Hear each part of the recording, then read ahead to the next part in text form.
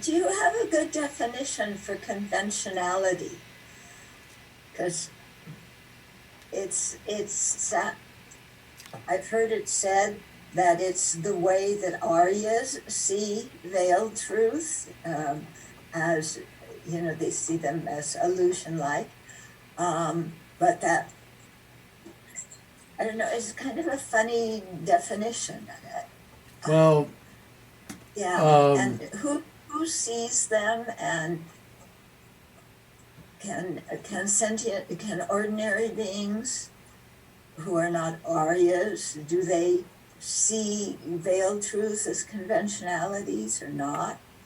Or how does all this work? I had to go through the translations that are on the web. You can see what I'm leading to. Under this thing called the Institute for Tibetan Studies. And as you said, there are too many translations there. I'm already ribbing you in my answer. Now, I had to look at the translations that are there. I believe they're all there. From Tsong-kha-pa's illumination of the thought, the Gompa the ones, and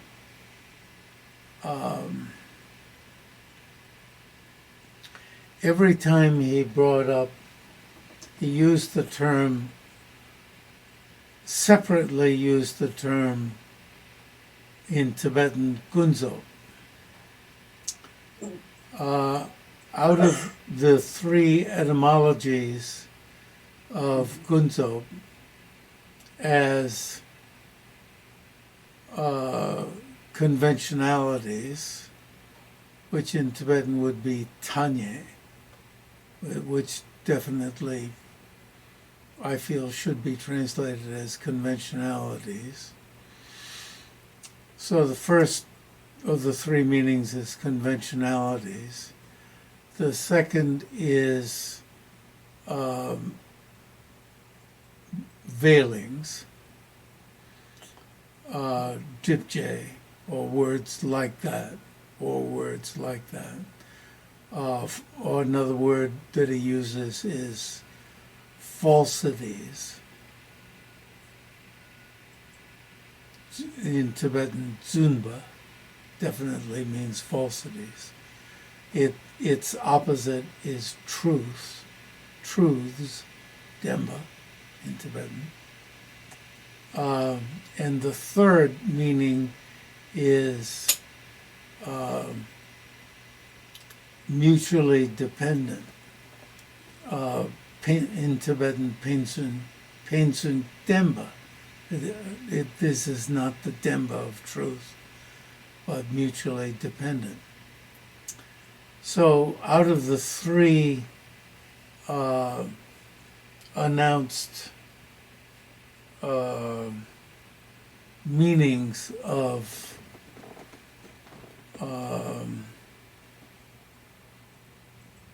gunzo, you have to use the word Tibetan or God, I can't switch to another language. Here, I'll take a shot of coffee. Small shot.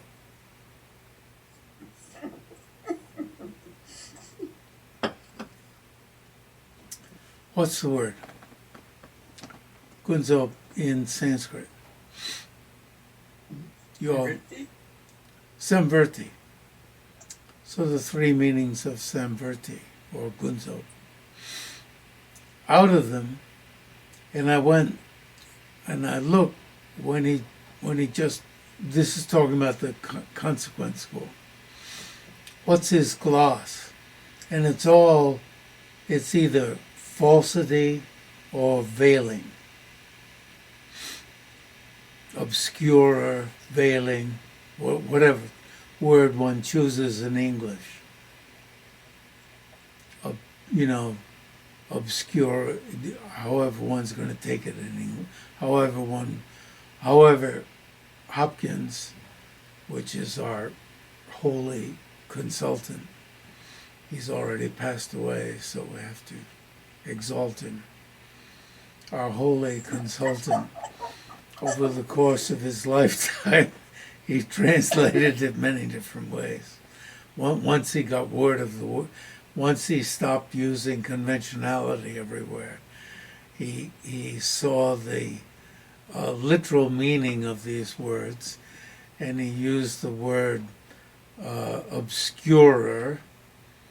Before that, instead of obscurer, he said what? Truth for Concealer? Concealer, thank you. Yeah. Concealer, obscurer, obscurational. But I don't want to put it in the context of truth for an obscurer. Do you follow? Even when he took out, he talked about cups as obscurationals, as veilings. And in the end, he settled on these things are veilings. These things are falsities. He says these gunzopes or falsities. These gunzopes or veilings. Obscurers, obscurationals. He didn't give us a break. He didn't say something like, he didn't want to let us off the hook and say interdependence. Some word like that. He's constantly, I went every single one.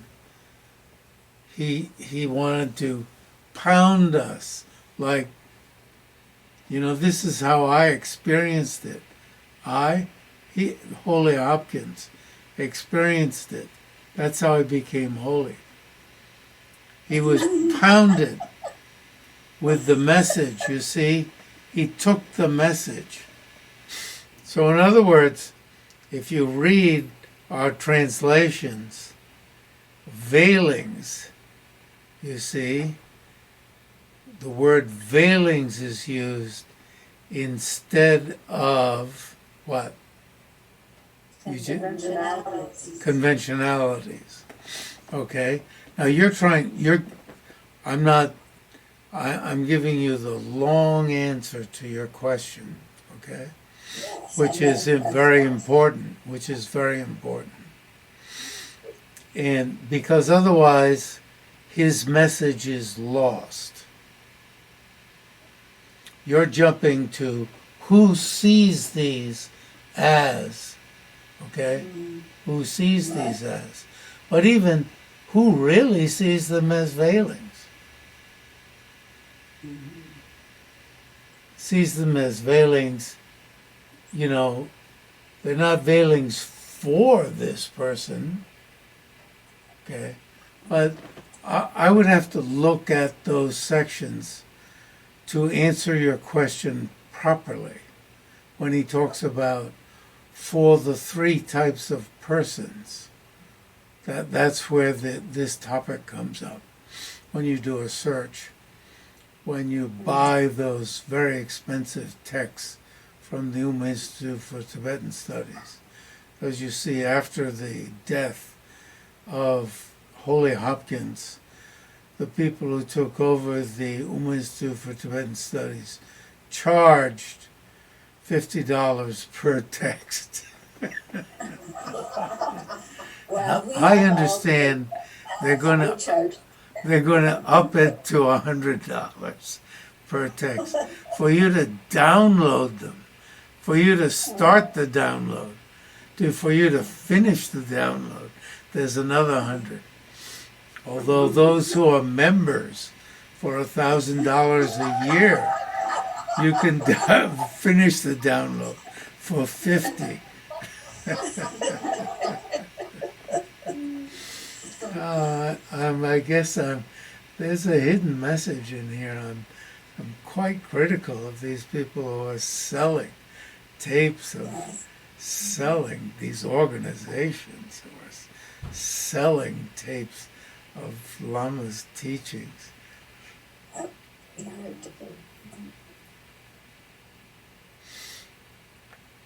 Yeah. Anyway, I wasn't intending to get into that, but anyway.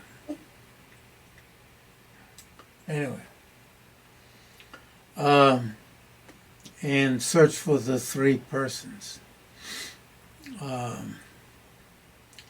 Those who have overcome I think it's those who have come, but I don't want to get into I think. So anyway, I'm very clear on the search. I went through and searched how Tsong-kha-pa glosses from among these three etymologies. When he just uses the term samverti, gunzo, how he glosses. And very frequently it's just fake. These fakeries, these fake things. And I settled on the word veilings. Whether you like it or not. I'm sorry, he did. You could, for these falsities. But that's Zumba. That's Zumba. If he's going to gloss it by Zumba, Zumba is falsities, these falsities. So if you're going to take, what's the word then for gunzo? Gunzo is veilings. And now you could translate that as obscurationals. Too many syllables and a little bit hard to think about. And the word you remembered, who was it? Concealers. Concealers, these concealings. That'd be good, right? Veilings comes from Evans Wentz. And it wasn't Evans Wentz, really. Evans Wentz published these translations under his name. But he says these are from Kazidawa Samdrup. And it was Kazidawa Samdrup. And Kazidawa Samdrup, it's from Sikkim, right? Which made it Kazi. The door of liberation and the Tibetan Book of the Dead and so forth. He used the word veilings he may have used that for truths, truths for concealing consciousness, But I'm zeroing in just on the word gunzo, right? To answer your question. To give background to the answer that you yourself, I'm suggesting, will find by looking through those translations which have the Tibetan text with them. So I will end this by repeating that I quite disagree. I usually don't disagree, you see, with other people's translations when they talk about two levels of truth. Why? Because so-called conventional truths are not truths. Why? Because they are truths for a concealing consciousness. What's the concealing consciousness? The concealing consciousness is ignorance. If they're truths for ignorance, they're not truths. As Nagarjuna says, truths are one. There's only one truth. The others are not truths. Why? Because they are truths for a concealing consciousness. You have to fill in the rest from Chandrakirti. They're truths for a concealing consciousness.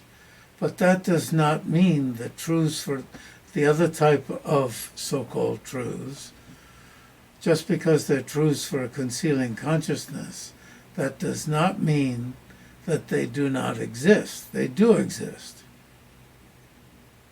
To be truths for a concealing consciousness, to be categorized in that group, they have to exist. As Shantideva says,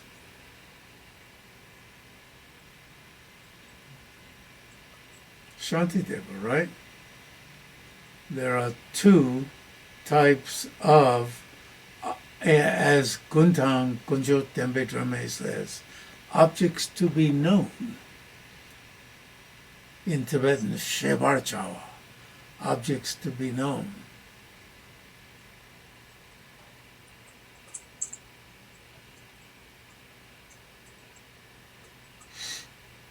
Anyway, so beware of asking me a question at the beginning of the hour. But of course, if you ask at the end, there's only 30 seconds left, so there's no time to ask it. But you ask a very important question, and it is a great orientation. So, and I don't dare tread to answer the rest of your question. I'm only giving background because it's too important. And in other words, I don't trust my memory to give the exactly correct answer. It needs to be exact.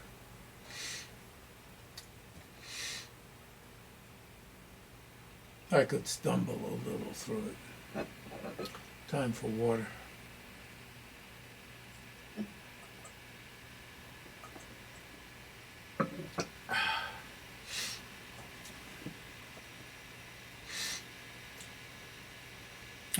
It was a lot of fun. I'm looking at His Holiness over my head, my right shoulder. A lot of fun. Working hard to listen to, well, some of his. It's like when I go in to see him, Tanju. And I would look at his attendance, or if it was just one attendant, like, what did he say? And he just said, "Are you tired? Did you get tired?" Tom Juan. Che Juan. No, it's just Che Juan. Che Juan. Che Juan. Che Juan. Che Juan. Once you get used to it. Che Juan. Che Juan. But I didn't try to answer him back. Although I did puzzle him one day. Even speaking at my rate.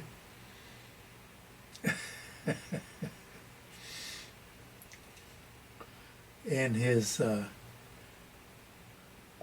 attending person did get it. Anyway, so let's not get into another diversion. So, if you're not endowed with the wisdom, realize it was really fun to read the chapter yesterday. If you're not, and it's a good conclusion. We already said that yesterday through the email. If you're not endowed with wisdom, realizing the mode of subsistence. Mode of subsistence is how things are. Mode of abiding, mode of subsistence. Even though you're familiarized with the thought, it's just samba, thought, thinking, definitely leads cyclic existence in the altruistic mind. You cannot cut the root of cyclic existence. But the thought to leave cyclic existence causes one to withdraw energy from all of those thoughts, from all of those involvements, from those involvements, so that the thought to leave cyclic existence involves a tremendous withdrawal of of wind, of energy, energy, energy, energy. Everybody wants to talk about energy. Of wind. You see, you can feel it from the activities involved in these objects. The beautiful house and all these things, to withdraw this energy. You think there's a new store and so forth, and there's some withdrawal of that back here. That contributes to wisdom. Wisdom practices aren't over here, and these other practices over there. These practices, so-called over there, contribute to wisdom. How do they contribute? The thoughts about the sufferings and so forth of cyclic existence bring about a huge withdrawal of that energy, which contributes tremendously to wisdom. And these are very wise attitudes. These are wise attitudes.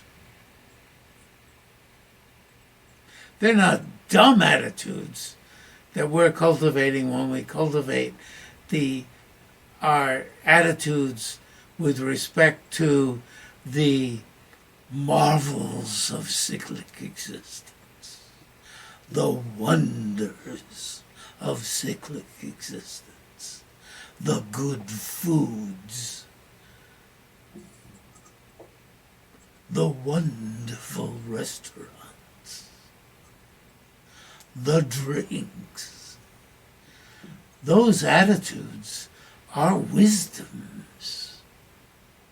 Those attitudes of understanding their place, their lack of value.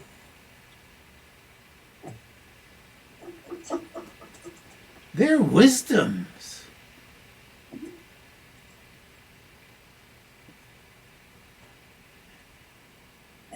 So the thought definitely to leave cyclic existence is built on wisdoms, knowing where things are at, that all these things make you sick in the end.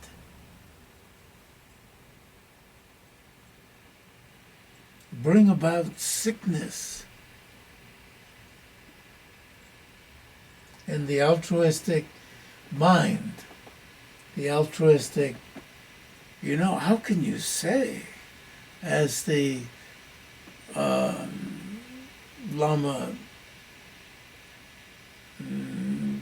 from Ganden Jangse, who became the Ganden, the throne holder of Ganden, later upon his return to India, said, these are wisdoms. It's wise to seek enlightenment for the sake of others. He said, here we train. What are we training in? Knowing where we're at, knowing who these other beings are, that they want suffering, they want happiness, just as we want happiness, and don't want suffering just as we don't. That's smart. He was telling us, here we train in these attitudes. And then we say, this is just feeling?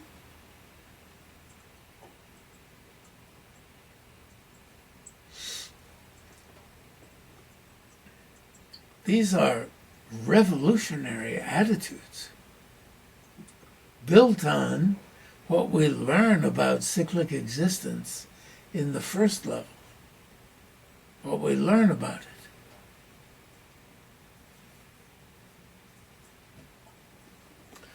So this is why there is a serendipitous connection between the practices for developing an attitude wishing to get out of the mess for oneself and the attitudes wishing to become more capable to help others and wishing to, right?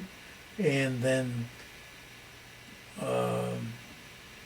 developing the wisdom to be able to cut the root of cyclic existence. Therefore, strive at the means for realizing dependent arising.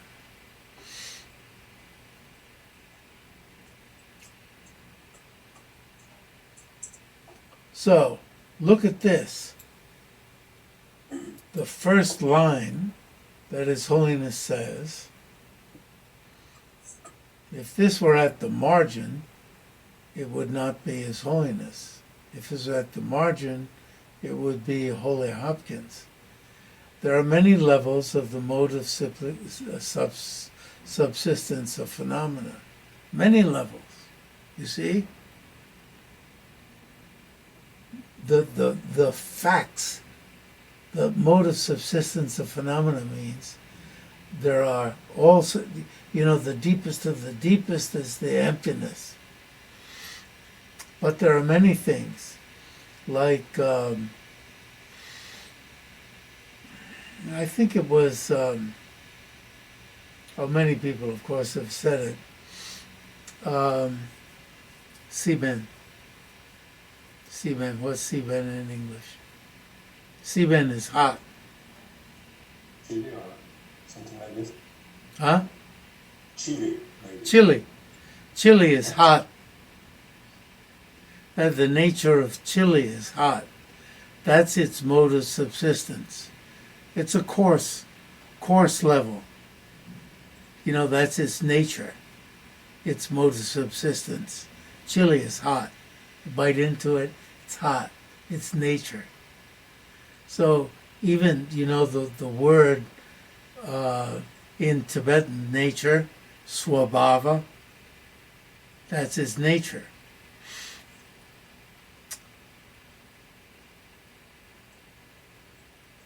Rangshin in Tibetan, in Sanskrit, swabhava.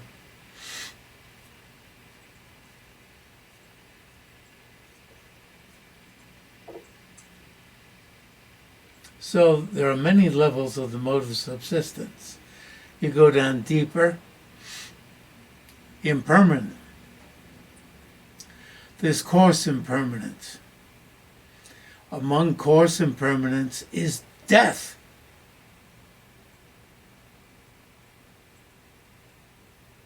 As dramatic as death is, you break the cup, the end of the cup, the end of the continuum of the cup is coarse impermanence of the cup. And there's also, it develops cracks. And it gets, worn out on the inside. It's coarse impermanence. And there are more dramatic forms, death and breakage.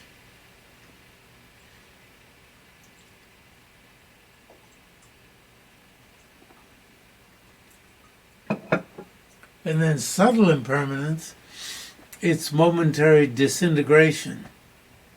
That's, so difficult to realize.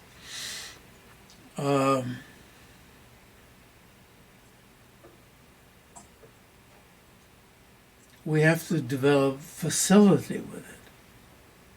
It is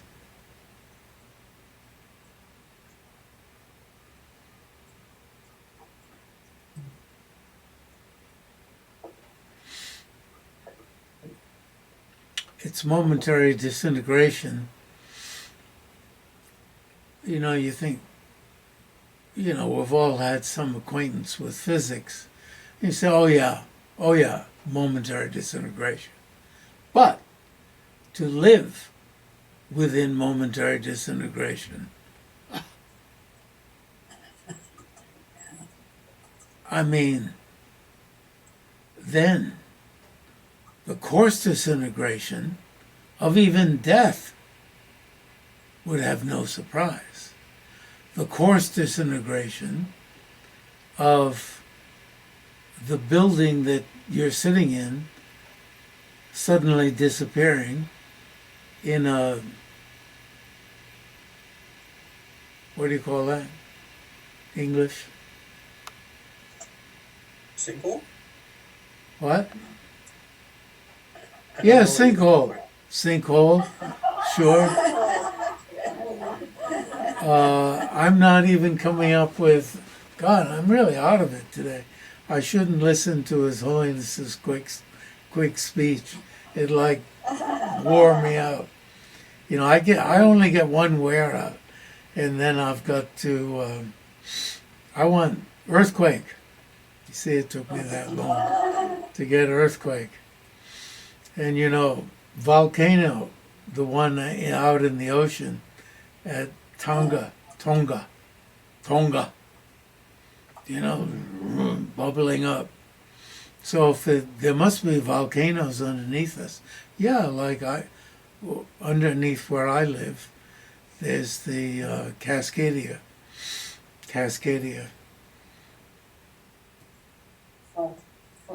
You know, and so it would just, yeah, of course.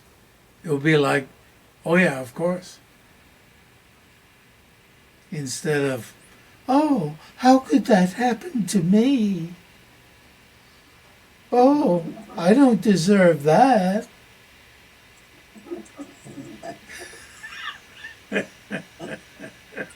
Of course you deserve it.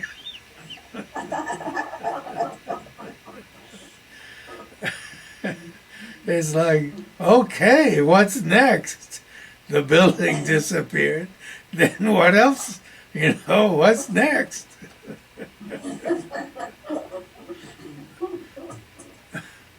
Of course.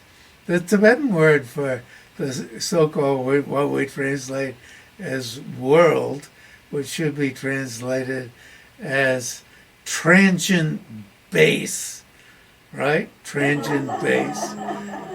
Disintegrative, but transient is much better. There's a shorter transient base.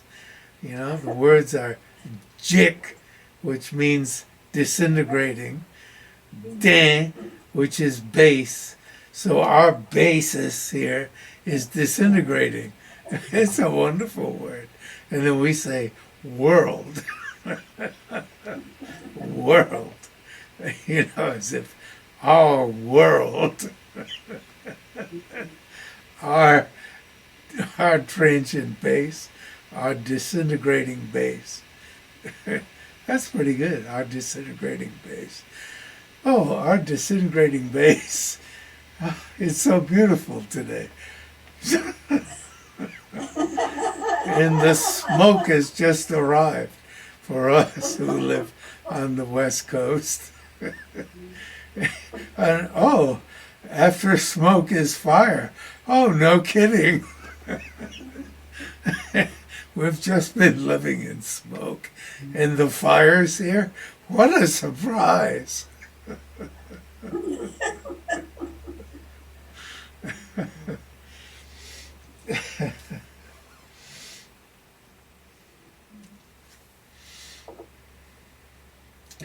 a big word here in Vancouver has been, I wasn't here for the first part of it, was atmospheric rivers. Oh, yeah. Atmospheric rivers. And as Yeah. one weather report said that I saw, and it was as if these were new. and and the weather guy said, these have been going on forever. You know, we just haven't used that term. And that was pretty good, you know. There's another atmospheric river. This one's really big. Anyway, okay. So there are many levels of the mode of subsistence of phenomena. And it's good to have examples with this. You know, beginning with chili's hot. There are many levels of facts.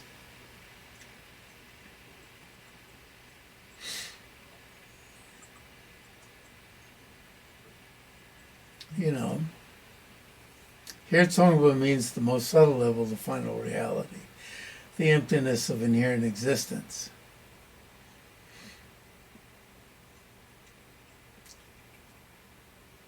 Of the two truths, this is the ultimate truth. There are many, you see, conventional modes of subsistence. Probably conventional will be okay here.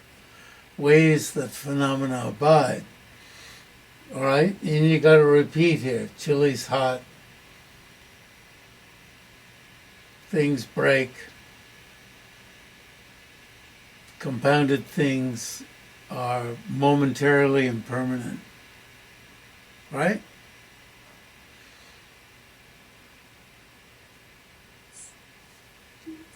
Whatever's compounded disintegrates,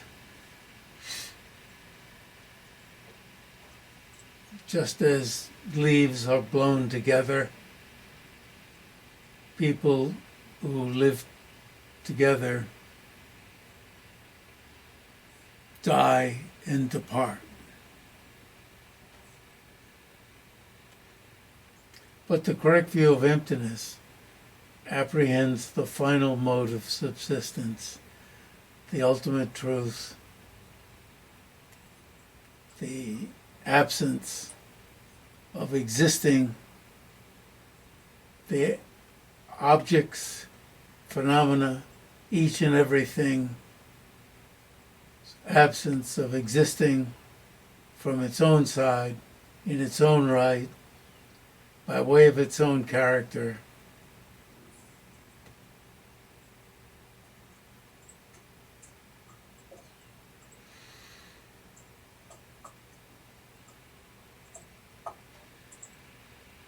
Without the wisdom realizing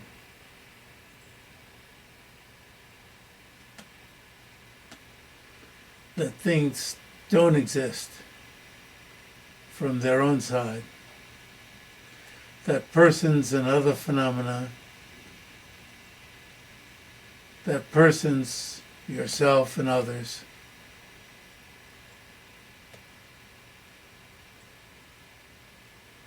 don't exist without depending on something other, even though you have made great effort. I wonder if he said effort. Great striving, great effort. But effort is suitable here because effort means, the definition of effort is enthusiasm for virtues. So I never use the word effort for, don't make effort for, don't make effort in hatred. Don't make effort for stupid things. don't, the word is don't strive at stupid things. Don't make sure you're not striving in the direction of anxieties. So I change English. I make English into Dharma English. Don't strive at silly things. I never say effort. Why not? I can use English my own ways. There's a word for strive. Beba. Don't work at nonsense things. Beba. Tibetan. But the correct view of emptiness apprehends, you see, depends, I take some leeway in, like when Lothar Rinpoche was just explaining things, I'll use synonyms. So you're not just using the same words. But here, we're being very strict. The correct view of emptiness apprehends the deepest, way things are.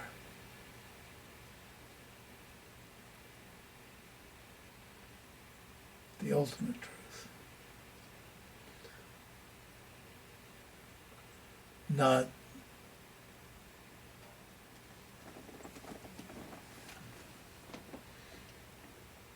never mind superficial facts, or never mind important facts that aren't the ultimate, deepest truth. Without the wisdom, realizing, you see how many times it comes up, realizing the final mode of subsistence, even though you've made great effort of meditation, and have generated, even though you've done these others, no matter how much wisdom there is involved in these others. So you see,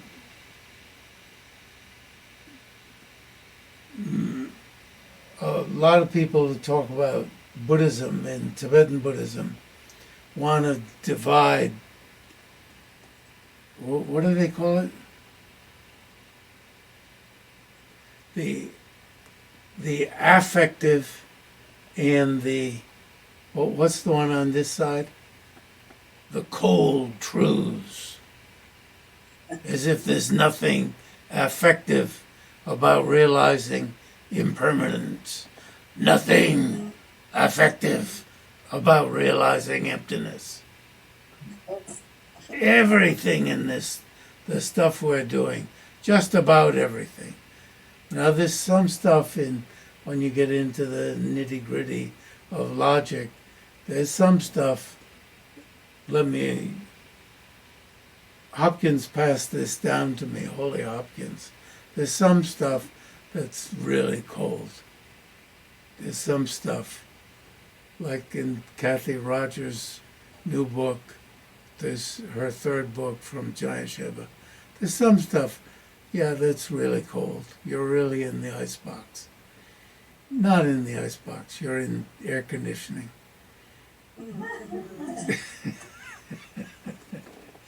But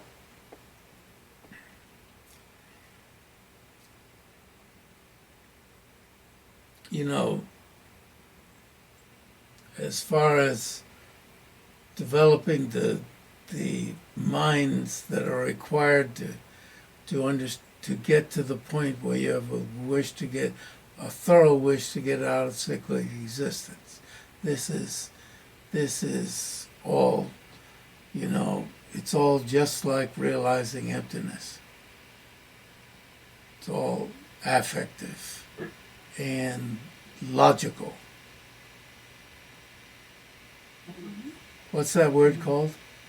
What's it called? Did I just have it and forget it?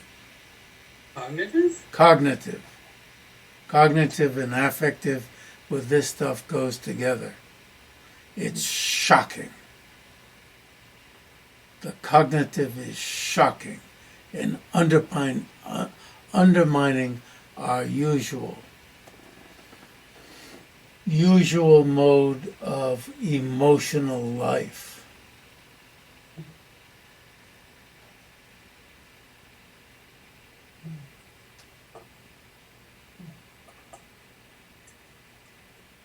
So, the root of cyclical existence still cannot be severed. Okay, we can skip over a couple sentences.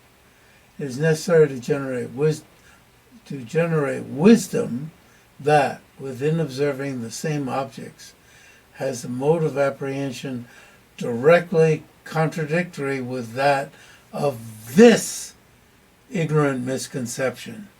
But for those others also, we have a whole lot of ignorant misconceptions. That, for instance, we only help our friends. We don't help our enemies. We're happy when our enemies get it. Get stuck. That we only want our friends to get ahead. That we don't care. We're indifferent. We're indifferent to a huge number of beings.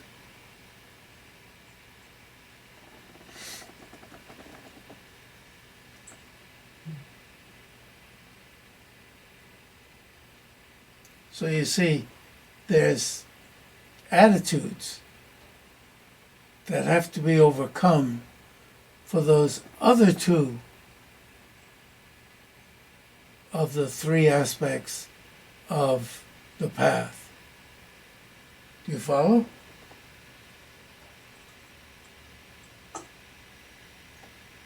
Has a mode of apprehension directly contradictory.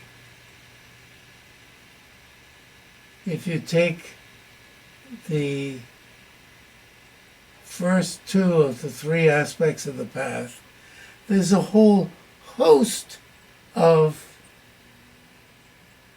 modes of apprehension directly contradictory to them that have to be overcome by their practices. And directly contradictory with those ignorant misconceptions. And when it comes to the third principal aspect of the path, there's a subtle level of ignorant misconception and a whole host of grosser ignorant misconceptions. Even though the mere wish to leave cyclical existence or the mere altruistic intention to become enlightened indirectly help indirectly help this most subtle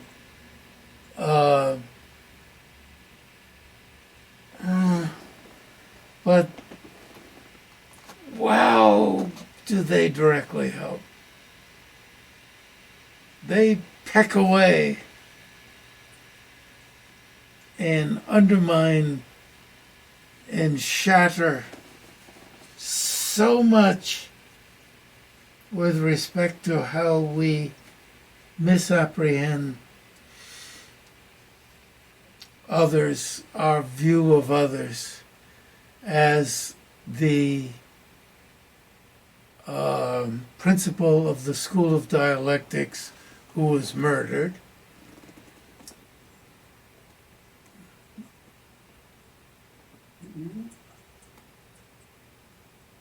Because he so strongly and vocally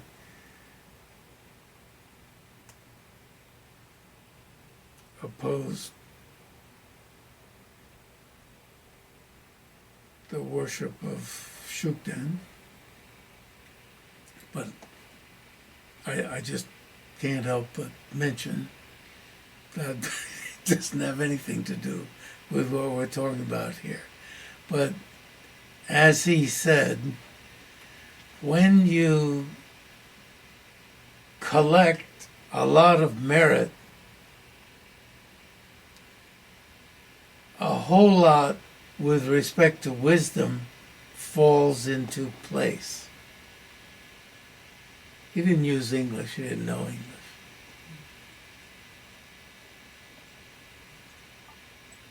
Why is that? That's what I'm getting at.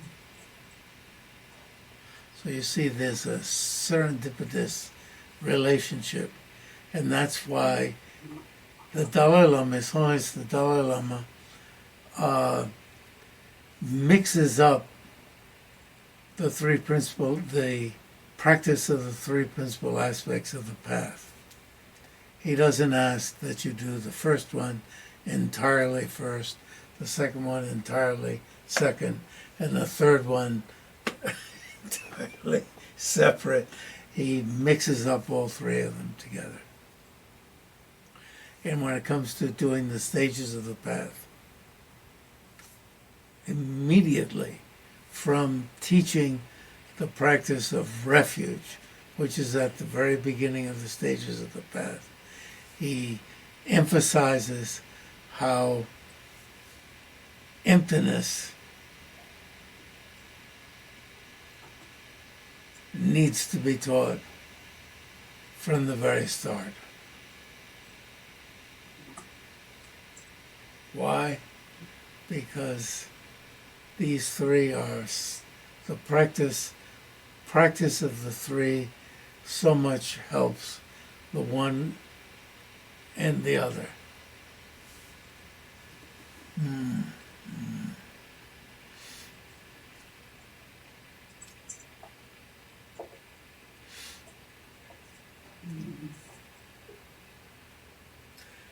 So this is why the view of realizing it is needed. Notice that Tsong-kha-pa exhausts us to work. This word work is in Tibetan that word beba. Work at the means of realizing and rising. Not work at the means of realizing emptiness.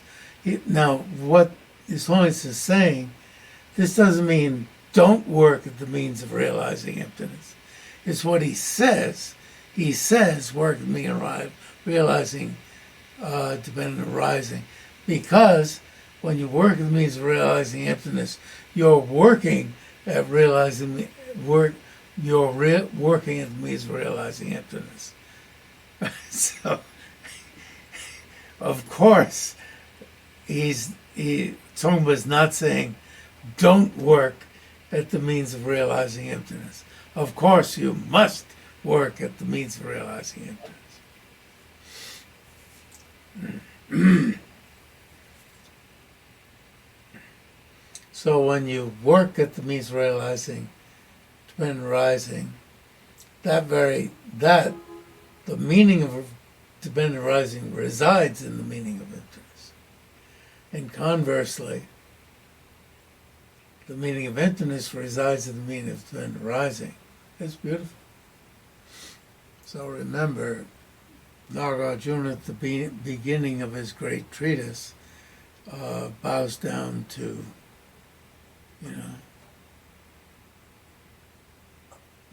the Buddha who teaches dependent arising. If you cannot realize the harmony of dependent arising and emptiness, you don't know the thought of the Buddha. If you lose dependent arising, you lose the thought of the Buddha. That's very hard. It's easy to say. Even Holy Hopkins could say it, and he didn't know his ass from his elbow. I can say. Poor guy.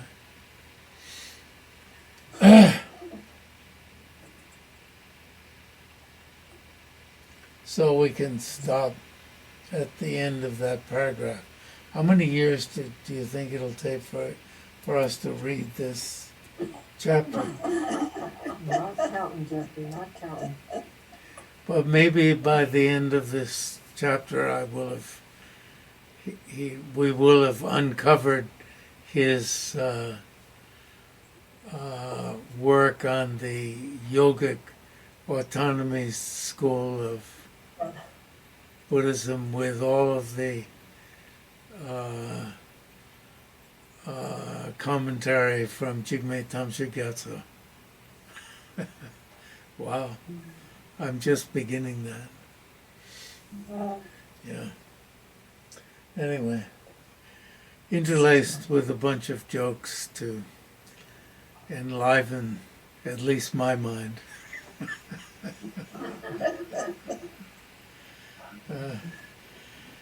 Okay.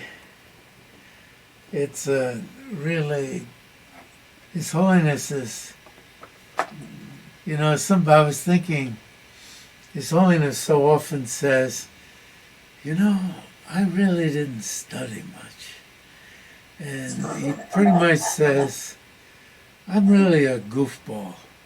And some people take him seriously, so they they think, oh, he's from a farming family or something, and he's really quite uneducated. And when you read this chapter, this is a demonstration, and especially when you hear him speaking this complicated stuff so quickly, and he doesn't pause. As soon as I could get it out, he was like, and he's just so decisive.